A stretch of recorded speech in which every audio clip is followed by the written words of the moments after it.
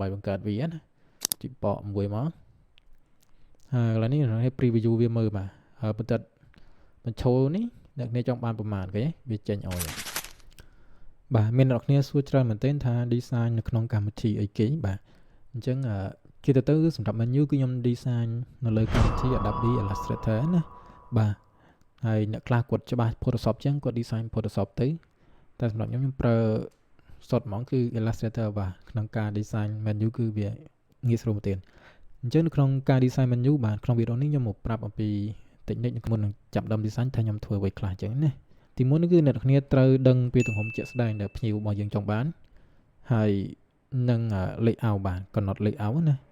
កំណត់ layout ឲ្យបានត្រឹមត្រូវឲ្យការងាររបស់យើងមានរបៀបរៀបរយដែរអញ្ចឹងទំហំដែលខ្ញុំ design គឺទំហំ A4 ឬក៏ A3 បាទទំហំនេះគឺទំហំ standard ហើយជាទៅហ្មងគឺគេ print ហ្មងគឺ A4 ណាវាស្រួលមើលហើយវាអត់ធំពេកដែរហើយខ្ញុំឧទាហរណ៍ចេះហ្មងទៅយកប្រដេចេះបាទហើយយក shape មួយមកបាទហើយដាក់ទំហំមកប្រដេសម្រាប់ A4 គឺខ្ញុំ 29.7 គុណនឹង 21 ណាបាទនេះ cut shape ហ្នឹងហើយឥឡូវវាអត់ទាន់គាត់ជា artboard ទេបាទដើម្បីវាคล้ายទៅជា artboard បាទបើអត់គាត់ artboard ទេយើងមិនអាច print ចេញបានទេបាទមិនអាចឃើញនៅលើ file របស់យើងទេបាទនេះយក tool នេះមកដើម្បីចុចវាបាទបកនៅលើ shape ហ្នឹងមកវានឹងកើតទៅជា artboard ដែរអញ្ចឹងអ្នកចង់លុប shape នេះចេញក៏បានដែរឃើញវិធីទៀតនេះយក tool នេះតែម្ដងគូក៏បានដែរដាក់ទំហំអីមកក៏បានដែរតែខ្ញុំថាឧស្សាហ៍ធ្វើអញ្ចឹងតែមកអ្នកគ្នានេះតែខ្ញុំ design នេះគឺខ្ញុំដាក់ស៊ុំអញ្ចឹងខ្ញុំបើអ្នកខ្លះដាក់ស៊ុំក៏បានដែរខ្ញុំតែនេះខ្ញុំដាក់ស៊ុំអញ្ចឹងខ្ញុំបង្កើតក្តារមួយទៀតបង្កើត shape មួយទៀតដាក់អញ្ចឹងមកដាក់ទំហំ A4 ដដែលបាទ 29.7 គុណនឹង 21 ណាបកមកហើយយើង align វាចំកណ្ដាលបាទ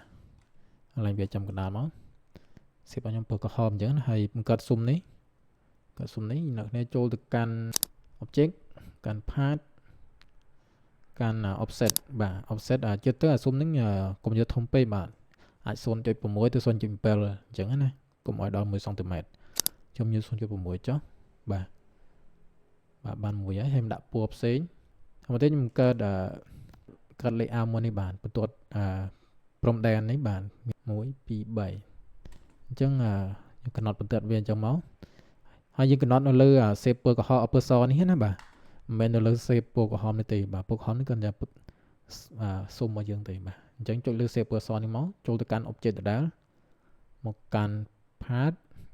ចូលមកកាន់ slip into grid បាទដើម្បីបង្កើតវាណា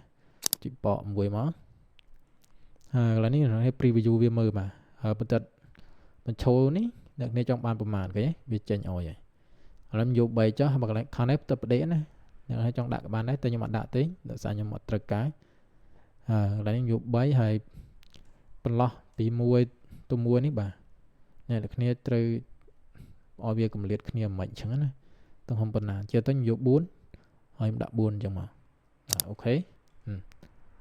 ហើយយើងបាន save ផ្សេងគ្នាអញ្ចឹងបាទនេះ save អញ្ចឹងមកយើង select វាទាំងអស់មកបង្កើតវាទៅជា guide បាទ make guide នេះបាទចុចមកស្ដាំមកឃើញហើយបាទចុចបកមកឃើញហើយបាទវានឹងបង្កើតទៅហើយបាទអញ្ចឹងបន្ទាត់នេះវាជាព្រំដែនរបស់យើងបាទយើង design យ៉ាងណាកុំឲ្យវាផុតបន្ទាត់ខំហ្នឹងឬក៏ចូលនៅផ្នែកផ្សេងបាទក្នុង menu របស់ខ្ញុំអញ្ចឹងខ្ញុំឧទាហរណ៍អញ្ចឹងណាបាទនេះបាទឲ្យវាមានរបៀបអញ្ចឹងមកហើយយើងចង់បិទវាក៏បានបើកវាក៏បានដែរបាទ